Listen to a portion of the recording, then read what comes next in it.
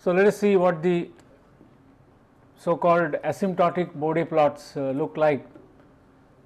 These are approximations to the exact frequency response, and more than that, it provides a quick method of sketching the frequency response. And as I told you earlier, it gives you a good qualitative idea of what is going to happen. It is not a very good quantitative method. It is not a substitute for exact calculations of gain and phase shift. So, with this understanding, let us go ahead.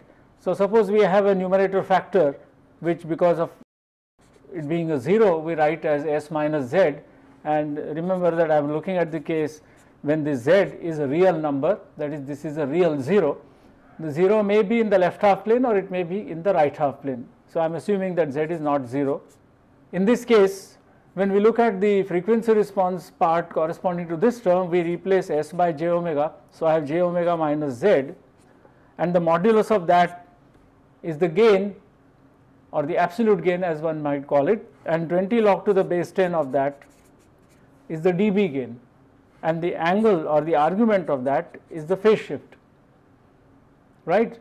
Now, if we look at the gain first, that is the magnitude, and the dB gain first, then as we saw earlier, there are two approximations. One is as omega tends to 0,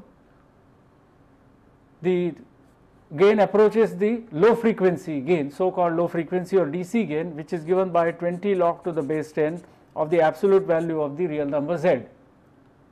Of course, depending on the value of this real number z, if it is less than 1, then this will be negative. If it is greater than 1, it will be positive. If z just happens to be 1, for example, there is a 0 at plus 1 or minus 1, then this will be equal to 0. So, this will be some number, and remember the unit for this is said to be decibels.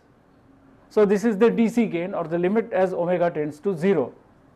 Now, on the other hand, we can look at the case when omega tends to infinity, and that is when from j omega minus z we can ignore z, and all we are left with is omega, and therefore 20 log to the base 10 of omega is what we get as the dB gain.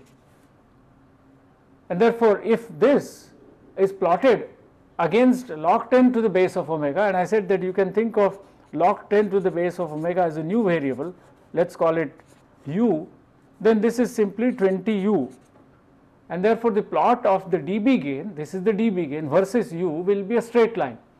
It will be a straight line passing through the origin of u plane or u equal to 0, and it will have a slope of 20. And remember, now we are looking at u, which is logarithm to the base 10 of omega.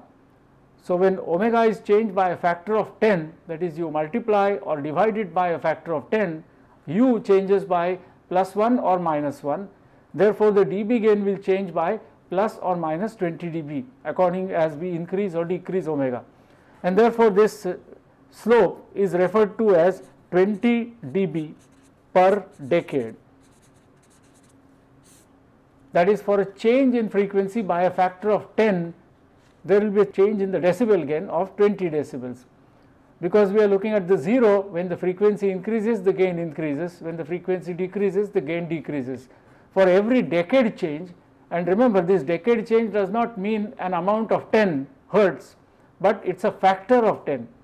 So, 1 hertz to 10 hertz, 1 hertz to 10 hertz, that is a difference of 9 hertz. But it is a difference by a factor of, or it is a multiplication by a factor of 10. So, 10 hertz is said to be 1 hertz, 1 decade above 1 hertz. Similarly, 10 hertz to 100 hertz, the difference is 90 hertz, but the relationship in terms of ratio is by a factor of 10. So, we say that 100 hertz is 1 decade higher than 10 hertz. And now, what therefore this says is that the gain, when the frequency is changed from 1 hertz to 10 hertz, the decibel gain change will be by 20 decibels. When we change from 10 hertz to 100 hertz, it will also be by the same amount, namely 20 decibels. So, we speak of the slope of this line or the change in dB gain as related to the frequency, but frequency expressed logarithmically, log to the base 10 of omega, as 20 decibels per decade.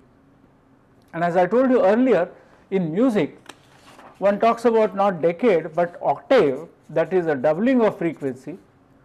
So, if omega is changed by a factor of 2, not by 2 hertz, but by a factor of 2, that is, if omega was 1 hertz, now we consider 2 hertz, or if it was 100 hertz, we consider 200 hertz.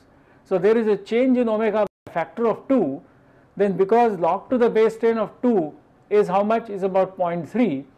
Therefore, the change in the dB gain will be about 6 dB, and therefore, the same slope is also referred to as 6 dB per octave.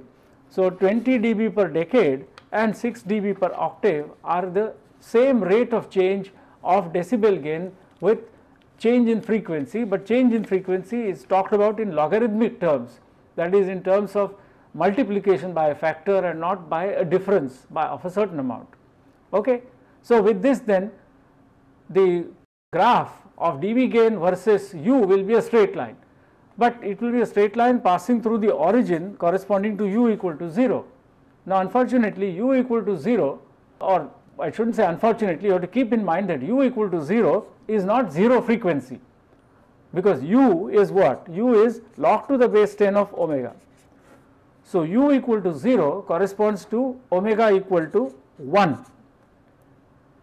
Now, depending on how you are plotting the graph, whether you are plotting it in terms of hertz, that is actual cycles per second frequency as such, or you are plotting in terms of the corresponding angular velocity omega, which is 2 pi f, and remember we have to substitute s by omega, not s by f. So, if you want to put f there, then you have to replace s by 2 pi f. So, accordingly then one may plot radians per second or hertz, that is cycles per second. So, accordingly the u equal to 0, u equal to 0 will correspond to omega equal to 1, and therefore 1 radians per second, or if you want in terms of hertz, then this will correspond to 1 by 2 pi hertz. So, when the angular velocity is 1 radian per second or the corresponding frequency is 1 by 2 pi hertz, this high frequency approximation, as it is called, will give you a value of 0 dB, and therefore it will pass through the point 0 dB and omega equal to 1 radian per second. So, for a moment if I just work with omega rather than f on the horizontal axis, then let us say here is my horizontal axis, and I am going to put here both omega as well as u. Although when we use the semi-logarithmic paper, the graduation along the horizontal axis is such that one should think of not omega but u. If you think of equal increments, equal movement along the horizontal axis correspond to equal changes in u and correspond to multiplication of omega by the same factor. So, let us say on this graph paper I have put down here a point which corresponds to omega equal to 1, and on the paper you do label it as omega equal to 1, although in terms of u it is equal to u equal to 0. Then here is the point, the next cycle or decade, this is omega equal to 10 and this will correspond to u equal to 1, and let us say the vertical scale is such that this line corresponds to 0 dB and this line corresponds to 20 dB. Then the high frequency approximation or high frequency asymptote, as it is called, is a straight line passing through this point when omega equal to 1, u equal to 0, and having a slope of 20 dB per decade. Therefore, if I move from omega equal to 1 to omega equal to 10, this is a change of 1 decade by a factor of 10. There should be a gain, a change in dB gain by an amount 20, and therefore the line will look like this. So, this will be the high frequency asymptote, that is, this will be more and more accurate as omega increases. So, the graph of the gain as a function of frequency or logarithm of frequency is of this kind at high frequencies. On the other hand, at low frequencies it tends to a constant, and therefore it is just a line. Now, one can check that, and now I am not going to show the scales. So, I am just going to draw the curves or the approximations without showing the scale. So, let us say here is the low frequency approximation, which is just a horizontal straight line because the dB gain is constant equal to the DC gain. Here is the high frequency approximation, which is intersecting this line with this. Then what is the value of omega corresponding to this point. Now, this is the low frequency approximation, this is the high frequency approximation. So, what we mean is, as omega tends to 0, we are getting closer and closer to this curve, and as omega increases to a large value, we are getting closer and closer to this curve. So, what is the actual shape of the curve modulus of j omega minus z, with z real? What is the actual shape of the curve? Now, a little bit of a calculation will show you that the following is the shape of the curve. The curve looks like this. So, it lies above this DC asymptote, it lies above the high frequency asymptote, and what is the point where the two asymptotes intersect? As for an obvious reason, this point or the corresponding frequency or omega is referred to as the corner frequency, because if you think of this and this as an approximation, then this approximation is not given by a single straight line, but is given by a portion of a straight line and another straight line, and there is a corner here, and this is called a corner frequency. You can show that this corner frequency is exactly the absolute value of this number z. So, wherever the 0 is, if the 0 is at minus 2, it is in the left half plane, its absolute value of minus 2, therefore 2. So, 2 radians per second will be the corner frequency. I am referring it to frequency, but it is actually the value of omega. So, if you are thinking of real frequency which is in hertz, then this will have to be divided by 2 pi. So, this is the corner frequency, alright. It corresponds to the absolute value of z. If z is plus 1, let us say there is a 0 in the right half plane, then absolute value of plus 1 is of course plus 1, and therefore it is still the same thing, namely 1 radians per second. Now, obviously there is an error here, because the actual curve is like this, the asymptotic curve we are at the corner. So, what is the amount of this error? Now, again I will leave it to you and do it on your own, do not look at the book. Look at this expression mod j omega minus z and put omega equal to absolute value of z. You can take a numerical example if you wish, and then find out what is the difference between this value, which is the DC gain, and the exact value at the corner frequency. Then one can show that this is very close to 3 dB. So, in other words, this asymptotic approximation, which is very good at low frequencies and quite good at high frequencies, is in error at this corner frequency by an amount of 3 dBs. So, what one can do is one can draw these two asymptotes and then choose a point 3 dB above this corner point. Then you have this point on the curve and you have these two asymptotes, and I am assuming you are good at engineering drawing, then you should be able to draw a smooth curve of this kind. It should not intersect this asymptote, it should not intersect this asymptote, it should lie above the asymptotes, and it should pass through this point which is 3 dB above the corner frequency. In fact, one can get 2 more points on this curve, that is, if you take a frequency which is 1 octave below this frequency, that is, whatever this frequency is, the frequency which is 1/2 of that. If you go 1 octave below, then the error or the difference is just 1 dB. And if you go 1 octave above, that is, take a frequency which is double the corner frequency, then here also the error is just 1 dB. So, if you want to plot this approximation in such a way that it is a little better, then you choose this point 3 dB above the corner frequency, choose this point 1 dB above a frequency which is 1 octave below the corner frequency, that is 1/2 of the corner frequency. Then take a frequency which is double the corner frequency, that is 1 octave above the corner frequency, and go 1 dB above this asymptote. Then you will have one point here at the corner frequency, one point here which is 1 octave below, another point here which is 1 octave above. Now you have 3 points to which through pass the curve in such a way that these are the 2 asymptotes, and so one should be good enough at engineering drawing to draw this smooth kind of curve. And this is a fairly good approximation to the actual variation of gain with frequency. Now, Bode's idea was not just to draw such a curve, but then was to see something more, which I will come to very quickly. Now, this was for a 0. this was for one zero. Now, the transfer function may have several zeros. So, then what happens? As we saw, the reason for taking logarithm of the modulus was because the modulus was the modulus of a product of numerator terms divided by a product of denominator terms. Taking logarithm converts the product into sum, converts the division into difference. So, essentially what we have is, if we have 1 0, then we have this approximation. The 1 0 will correspond to one corner frequency.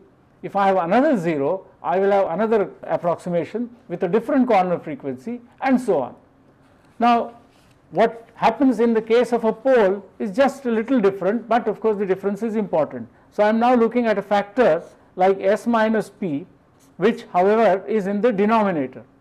And so, correspondingly I have in the denominator j omega minus p, where p is the location of the pole, and the pole may be in the left half plane or in the right half plane. I am assuming that p is not 0 once again, that is, there is no imaginary axis pole or an imaginary axis 0, right. Then what happens? The only difference is, because now this is in the denominator, when I take 20 log to the base 10, I get a minus sign. So, once again we can have the low frequency gain as omega tends to 0, which will be given by minus 20 log to the base 10 of absolute value of the pole value, minus 20 minus sign because it is in the denominator, and when I take log, if something is in the denominator, logarithm gives you a minus sign. So, minus sign here. Similarly, the asymptote as omega tends to infinity will be what? It will be given by minus 20 log to the base 10 of omega. So, if you think of it as a function of log 10 of omega, then again it is given by a straight line, but the slope of the straight line is now minus 20, or it has a negative slope, and as a result therefore, if I show the low frequency or DC asymptote and the high frequency asymptote, then the DC asymptote once again will be a horizontal line. The high frequency asymptote will be now sloping downwards, and the downward slope therefore is shown as minus 20 dB per decade or minus 6 dB per octave. For every multiplication or increase in frequency by a factor of 10, there will be a reduction in gain by 20 dB. The point of intersection of these two asymptotes is, as you can expect, absolute value of p, where p is the location of the pole. So, if there is a pole at minus 2, then it will be absolute value of minus 2, that is 2 radians per second. If the pole is in the right half plane, say p is equal to 2, then an absolute value of 2 is just the same as 2. So, it is again 2 radians per second. So, the point of intersection is not a negative frequency or a negative value of omega, it is the absolute value of the location of the pole. So, this is the point of intersection. So, this is the corner frequency corresponding to a pole. Now, what about the actual curve? In the case of the 0, the actual curve, as I told you, was above the asymptotic approximation. So, in the case, this is the case of the 0, the asymptotic approximation is below the actual. In the case of a pole, we expect just the opposite to happen. So, the asymptotic curve is going to be above the actual, and this time at the corner frequency, therefore, once again the error will be 3 dB, but the actual will be 3 dB below. 1 octave above the corner frequency, the error will be just 1 dB below, and 1 octave above, the error will also be 1 dB. The actual curve is below. Now, I have 3 points and I know that these are the asymptotes. So, I can sketch a curve passing smoothly through these 3 points and meeting these asymptotically. So, this will be a very good approximation to the variation of gain corresponding to a pole. Now, as I said, we just do not have one pole or one zero, but we have maybe several poles and several zeros, and so we have to combine the effects of all the poles and all the zeros. And as we saw, the log to the taking the logarithms simplifies our life by requiring us only to add and subtract, but we can go one step further. Am I going to draw all these separate curves and then am I going to add them just as you could in coordinate geometry and early work on sketching of curves? You perhaps did it by drawing 2 separate curves and then adding their ordinates to get their sum. Now, that is of course one way of doing it, but in this case the approximations are so simple And what is the nature of the approximation? Horizontal line towards the low frequency end and a sloping line towards the high frequency end. The slope is 20 dB per decade positive or 20 dB per decade negative, and the corner is at a corresponding corner frequency which corresponds to the location of the pole or 0. So with this much information, one can see that it is not necessary to plot these separate curves, but we can add them up sort of visually and mentally and obtain the resultant graph. Now this will require practice, and obviously I am not going to do it here. So I will ask you to look up any problem in your textbook. In fact, I will put down one problem, and what I will do is I am not going to work out the whole thing in detail. I am not going to calculate the DC gain, etc., etc. I am just going to show you the highlights of what is the result. So let us take a simple example. So let us take a transfer function which say looks like, and let me put a nice simple factor in front, let us say 10, and let me have a say a 0, and the 0 is let us say located at -1. So 10 into s plus 1 divided by, and suppose I have two poles. Let us say there is a pole at 5, so I have s plus 5, and let us say I have another pole at -10. This is a pole at -5, not plus 5. So there is a pole in the left half plane at -5, there is a pole in the left half plane at -10, there is a 0 in the left half plane at -1, and there is an overall multiplying factor of 10. Let us say this is my transfer function. So this is my Gs, and now I want to find out the frequency response, that is I replace G s by j omega corresponding to a sinusoidal input of angular velocity or corresponding to a frequency omega equal to 2 pi f, where f is the Hertz frequency. I want to look at the modulus and angle or argument, and once again I am going to look at the dB counterpart of this, that is 20 log to the base 10 of this. So 20 log to the base 10 of absolute value of G j omega. We will look at that first, and then of course we will look at the angle of G j omega. And we want to find out and draw or sketch a good approximation to this as a function of omega, and we are going to use a logarithmic scale for omega, that is we are going to use a semi-logarithmic paper. Equal increments along the horizontal axis will not correspond to equal increments of omega, but will correspond to equal multiples of omega. And as I showed you earlier, usually you have decade sections of the semi-logarithmic graph paper. So it could be labeled omega equal to 0.1, omega equal to 1, omega equal to 10, etc., etc. So let us do that here. Now if I look at this, I see that there is a 0 at -1, and if I were to have this only, then there will be a corner frequency which will be given by the 0 is at -1. So the absolute value of -1 or 1 radians per second. So there will be a corner frequency at 1 radians per second. There is a pole at -5. So there will be, if I just looked at the plot of corresponding to this factor, I would have a plot which would have a corner at 5 radians per second, and the third one corresponds to -10, and so it will have a corner at 10 radians per second. So if I had plotted these three approximations separately, each one of them would have a low frequency asymptote, a high frequency asymptote, a corner frequency. The corner frequency would be different for these three. The corner frequency for this is 1, for this 5, for this 10. The high frequency slopes of all of them are 20 dB per decade for the 0 and -20 dB per decade for the pole. What about omega tends to 0? What happens as omega tends to 0? Now that in fact is very easy to evaluate. You don't really require a lot of effort, because s is going to be replaced by j omega, and then omega is going to be replaced by 0. So you might as well replace s by 0. So if I do that, what do I get? 10 into 1 divided by 5 into 10. So that gives me a DC gain of 1 by 5. So there is a DC gain of 1 by 5. Now remember, I have to convert this into decibels. I don't work with gain, but I work with decibel gain when doing these Bode plots. So what is the dB gain corresponding to this? That is 20 log to the base 10 of 1 by 5. Well, that is -20 log to the base 10 of 5. And what is the logarithm of 5 to the base 10? It's approximately 0.7. because the logarithm of 2 to the base 10 is 0.33010. The logarithm of 5 to the base 10 will be 1 minus that, and therefore it is nearly 0.7. And remember, we are doing approximations. There is no point in writing down the third and fourth place of decimals. 0.7 is good enough. So how much is this?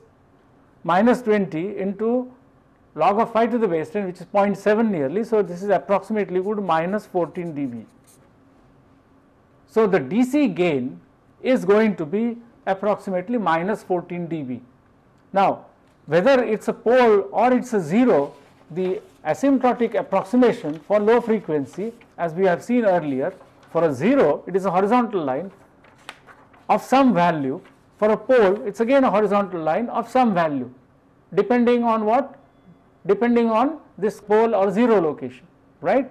So when I add them up at the low frequency end, I am simply going to add these horizontal lines which are at different levels, add or subtract. So I don't really have to do all that. The net effect is I draw a horizontal line at a level of minus 14 dB. So the dB gain will approximate minus 14 dB as omega tends to 0, and horizontal line at that level will be a good approximation.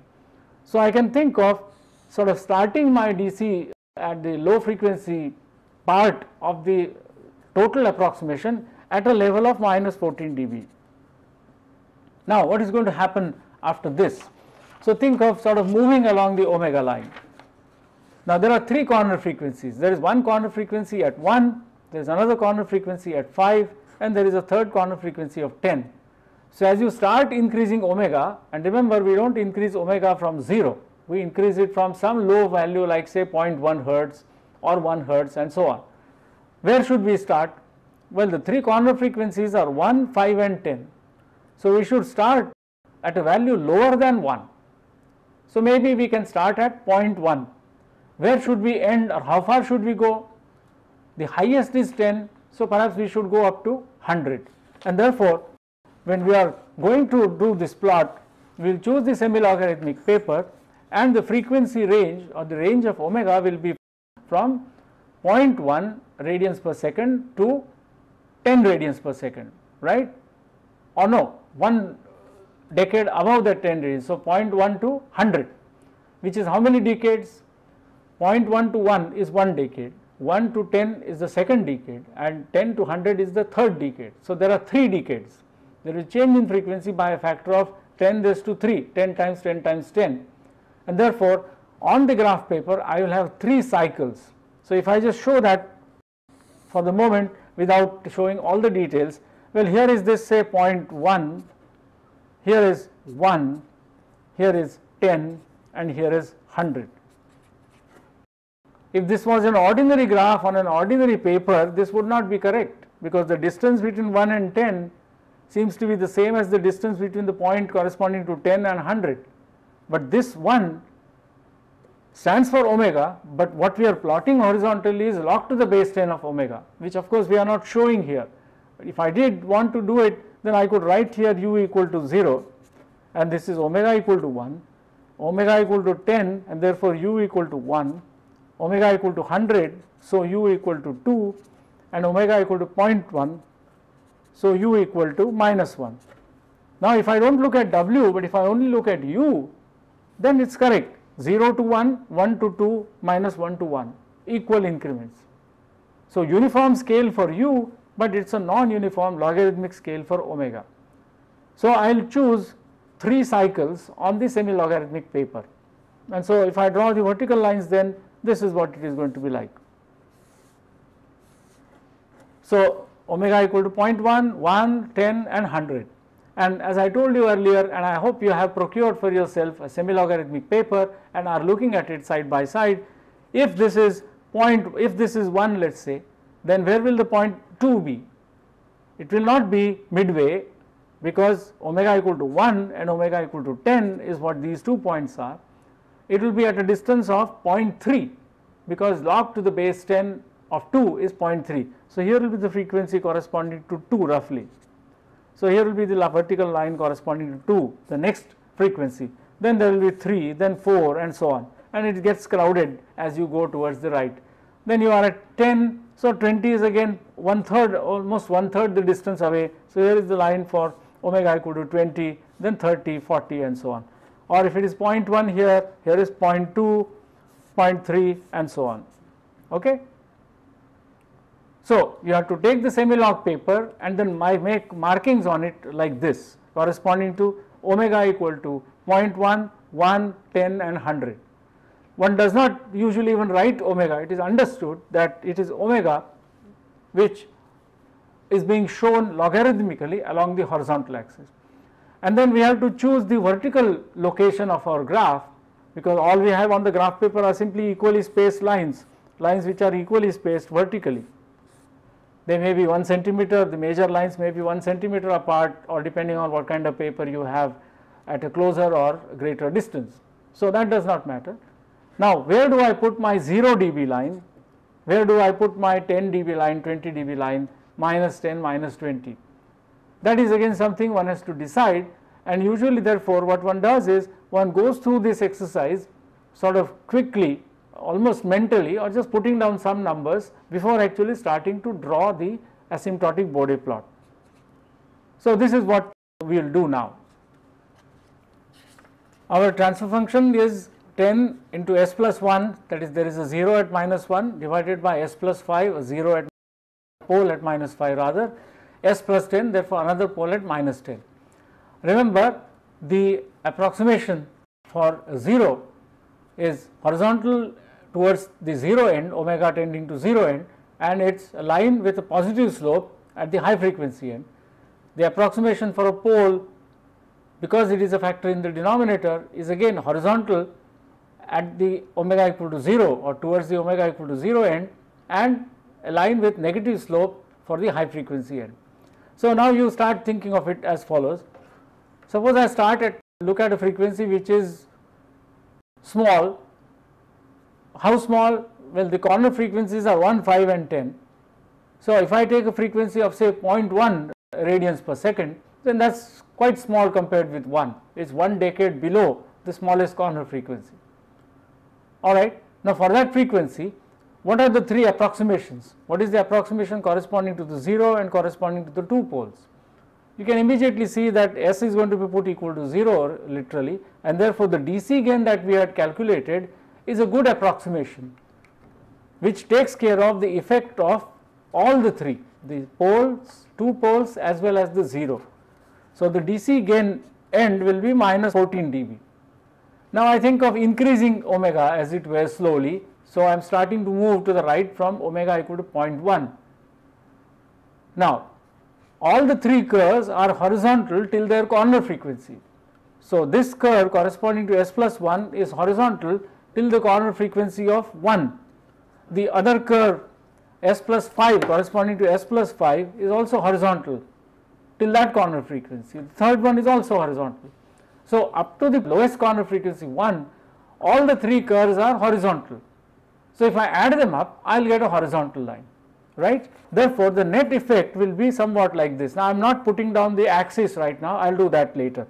So it will be like I had a constant value of gain of minus 14 dBs up to the time that I reach the first corner frequency. So I am now considering increasing omega or increasing log to the base 10 of omega if you wish. Now when I reach the first corner frequency, which is corresponding to this 0, then this has an approximation which is no longer constant but which increases with frequency. The other two are however below their corner frequencies, and therefore they are as good as being constants. So what is the net effect?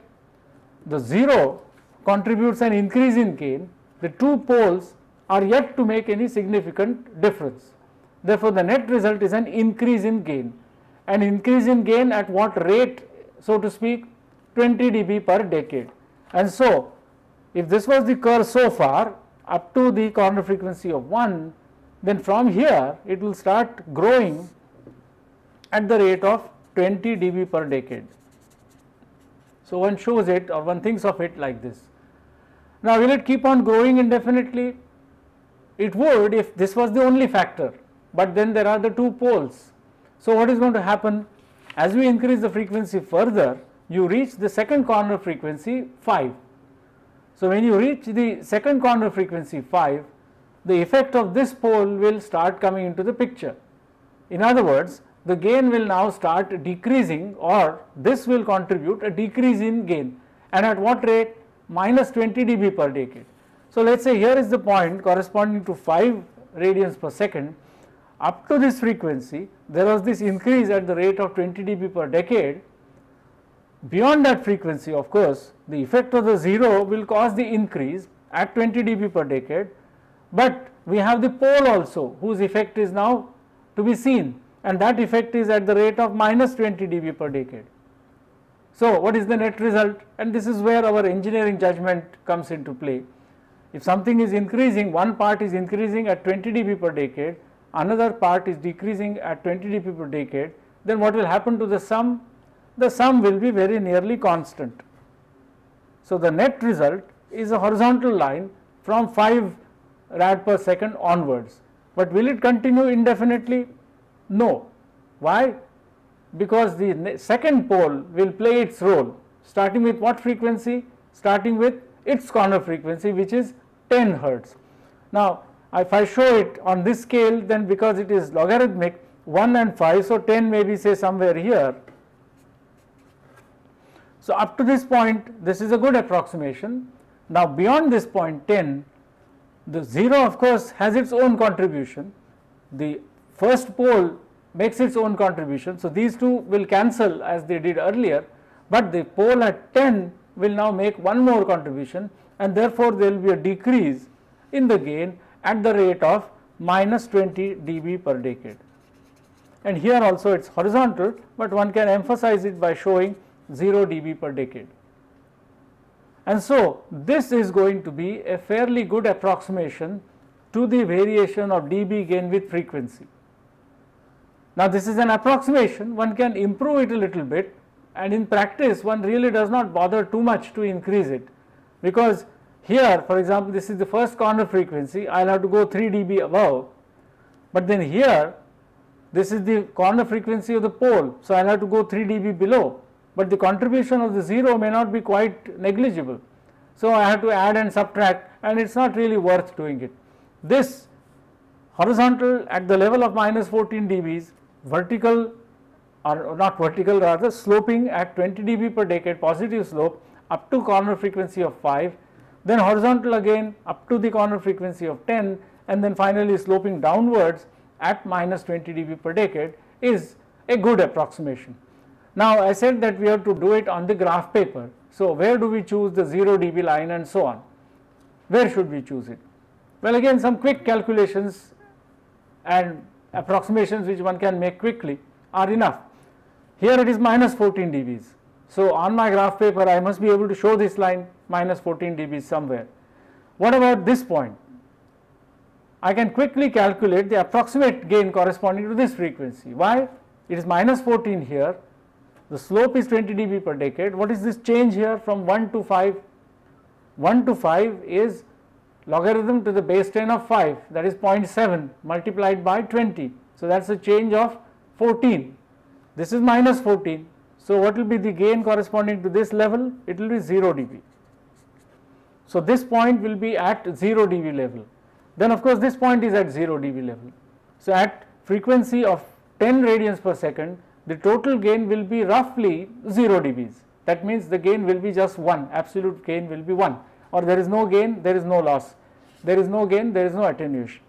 Subsequently, what is going to happen? There is going to be decrease at the rate of 0.20 dB per decade.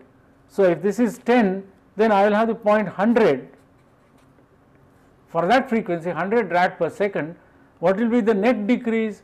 0 here, a decrease of 20. So, this level will be minus 20. Now, if my range of interest goes beyond 100, then I will have to make provision for it. Similarly, if I am interested in frequencies much less than the first frequency that we started off, namely 0.1, then I will have to provide for it on the graph paper.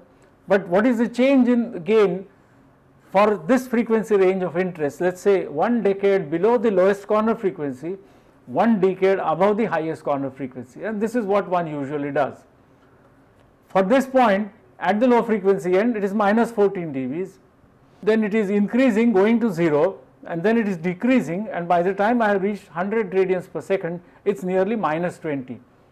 So, along the vertical direction, I must make a provision of variation from minus 14 dBs to 0 dBs to minus 20 dB. Along the horizontal, I must make a provision of 0.1 radians per second, 1, 10 and 100. Now, with this kind of a qualitative work done, one is then ready to use the semi-logarithmic paper. In fact, it is not even necessary to use the semi-logarithmic paper, although as an engineer one should make use of such a paper as far as possible. So, if I show it now, it will be something like this. I have my vertical level which ranges between minus 14, 0 and minus 20. So, I may allow maybe 10 dBs in the positive direction, although I am not likely to use it. In the negative direction, I have minus 20, but I may go up to say minus 30. So, the vertical variation, the graph paper scale that I will choose will be from say 10 dB to minus 30 dB. So, 10 dB, 0 dB, minus 10, minus 20, minus 30. So, let us say here is the 10 dB line, then I will have what, 0 dB, minus 10, minus 20, minus 30. So, here is the 0 dB line, here is the minus 10, minus 20 and minus 30 line. I have to choose the vertical scale appropriately depending on the width of the graph paper that I have, the height and the width of the graph paper. I am not going above 10, I am not going below minus 30. So, this is adequate. So, appropriate scale has to be chosen. For the horizontal axis, I have already chosen, because of the frequencies, 3 decades. So, here is let us say one decade, end of the decade starting at 0.1, and here is the next one, the second one, and here is the third one. So, this is 0.1, this is 1.0 rad per second, this is 10.0 rad per second, this is 100.0 rad per second. Because I do not really have to write 0.0, but this is just to make sure that I have written the number correctly. Now, where do I start? At the low frequency end at 0.1, and even up to 1, the approximation was minus 14 dBs. So, here is this minus 14 dB line. Then from here, and of course, here is the vertical line corresponding to 5 rad per second, and we found out that the net gain at that point is going to be 0. So, this is the upward sloping line with 20 dB per decade. Minus 14 has become 0 here, because in terms of decade we have gone 0.7 of a decade. So, 20 times 0.7 is 40. Then we have this horizontal portion from over this range from 5 to 10, because the 0 contribution has cancelled the pole contribution, and then beyond that from 10 to 100 there is a drop of 20. So, here is the curve, and then of course it goes beyond. So, this is the approximation to the variation of gain with frequency, and this is what Bode's contribution was, that without going through actual detailed numerical calculations, you can get a good idea of what the variation of gain with frequency is going to be like. This was his contribution, and this is the importance of Bode plots, not actually evaluating the gains at various frequencies and joining them by a nice and smooth curve. That is not worth it, because as we saw in the Nyquist criterion, you do not really need the full polar plot at each and every point. Experimentally also you do not really get a full plot. What you get is gain at a number of frequencies and phase shift at the same set of frequencies. What you want is the qualitative kind of information which is therefore available here, and this is the main idea behind the Bode plot. So, I hope you will be able to work out problems where the poles and zeros have different locations, and there may be several zeros and there will be several poles, and the multiplying factor in front may not be 10, but it may be something else. Now, there are one or two things which one can remember, and in some books it is done one way, in some books it may be done the other way. I have written a factor like s plus 1 either in the numerator or in the denominator, and I have talked about a 0 or a pole at minus 1. But as we saw earlier, this has something to do with the transient response and the time constant of the transient response. So, instead of writing s minus z or s minus p, one can write it in the form of tau s plus 1 or this tau, although it is a time constant, there will be a minus sign here, it will be of the form minus tau s plus 1. If something is in the left half plane, it will be like this with tau positive. If something is in the right half plane, it will be like this with tau positive. Now, when you do this, tau is not the corner frequency. What is the corner frequency then? You have to go to this form, s minus z or s minus p form. So, the corner frequency corresponding to this will be 1 by tau. 1 divided by the time constant, that is the reciprocal of the time constant, is the corner frequency. So, if you write the transfer function in this form, then the coefficient of s is not the corner frequency, but the reciprocal of it is the corner frequency. There is one advantage in writing it in this form, because when I write it in the form tau s plus 1, when I put s equal to 0, what remains? Only 1. So, the tau just disappears and I have 1, 1, 1 for each of the poles and zeros, only the overall multiplying factor is what remains. So, the DC gain is very easy to figure out, but I do not think you will consider yourself unable to figure out the DC gain in a case like this. That is, you can't put s equal to 0 mentally and see that what you have is 10 into 1 divided by 5 into 10 or 1 by 5. But it is sometimes advantageous to show the time constants explicitly, because ultimately they tell you what the transient response is going to be like. So, if your expression has factors of this form, remember that this tau is not the corner frequency. 1 divided by tau, or if it has a negative sign here, then of course take the positive part, and 1 divided by that is the corner frequency. And when you are looking at the DC gain, then of course ignore the tau altogether and ignore this ones, because they are just multiplying and dividing, adding to or amounting to 1. So, that is one thing. The second thing is that we have only looked at real poles and real zeros. What if the poles are not real, but then as we know they occur in complex conjugate pairs, or they occur in conjugate pairs.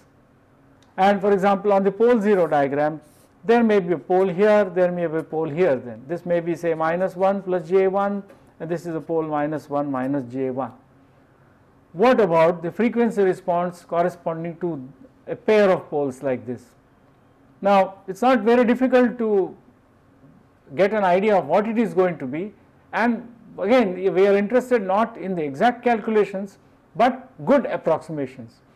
So, once again one can look at omega tends to 0 and omega tends to infinity situation, and then one will see that there again we will get exactly two asymptotes, a low frequency asymptote and a high frequency asymptote. And to see what it is, let us take this example and complete the job. So, there is a pole here, so corresponding to this there is a factor s plus 1 minus j1, corresponding to this there is a factor s plus 1 plus j1. And so, what really I have, if I want to get rid of the complex numbers, is the factor s plus 1 minus j1 into s plus 1 plus j1. And one can see immediately that this is s plus 1 square plus 1 square. And this will remind you of the form in which we wrote the quadratic expression when the factors were not real, or alternately we wrote it as s squared plus as plus b. So, instead of looking at the poles or zeros in their complex form, look at the quadratic expression like this, s squared plus as plus b. Now, replace s by j omega, okay, we do that, what do we get? And then consider the case when omega tends to 0 and omega tends to infinity. What about omega tends to 0? It is very easy to see that this simply amounts to b.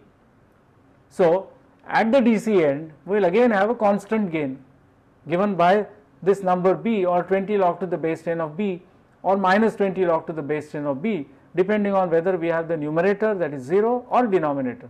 So, that is taken care of. So, the DC asymptote is going to be a horizontal line. What about the high frequency asymptote? Now, if you replace s by j omega, you will see that you will get a omega square from here, you will get a omega from here, and this is of course a constant. So, for large omega you can forget about the omega and you can forget about the constant, and what remains is only omega square, and therefore we have 20 log to the base 10. If you have s squared, absolute value of omega square, or minus omega square if you wish. So, this is what? This is 40 log to the base 10 of omega. So, instead of 20 log to the base 10 of omega, I have 40 log to the base 10 of omega. So, the high frequency asymptote has a slope of 40 dB per decade rather than 20 dB per decade, or minus 40 dB per decade rather than minus 20 dB per decade. And that is not very difficult to remember, because we are looking at a pair of complex poles. We are looking at the effect of not one pole, but of two poles together, or of not one zero, but two zeros together. So, earlier each pole or zero contributed minus 20 or 20 dB per decade. Now, we are considering them in complex conjugate pairs. So, the contribution will have a slope of 40 dB per decade for a zero pair of zeros and minus 40 dB decade for a pair of poles. So, that is one thing that is to remember. But the second thing is, what about the actual curve and the asymptotic curve? What is the difference between the two? Now, there is something that one has to take a little bit of care of, and some little computation may be necessary. So, we will take a look at that next.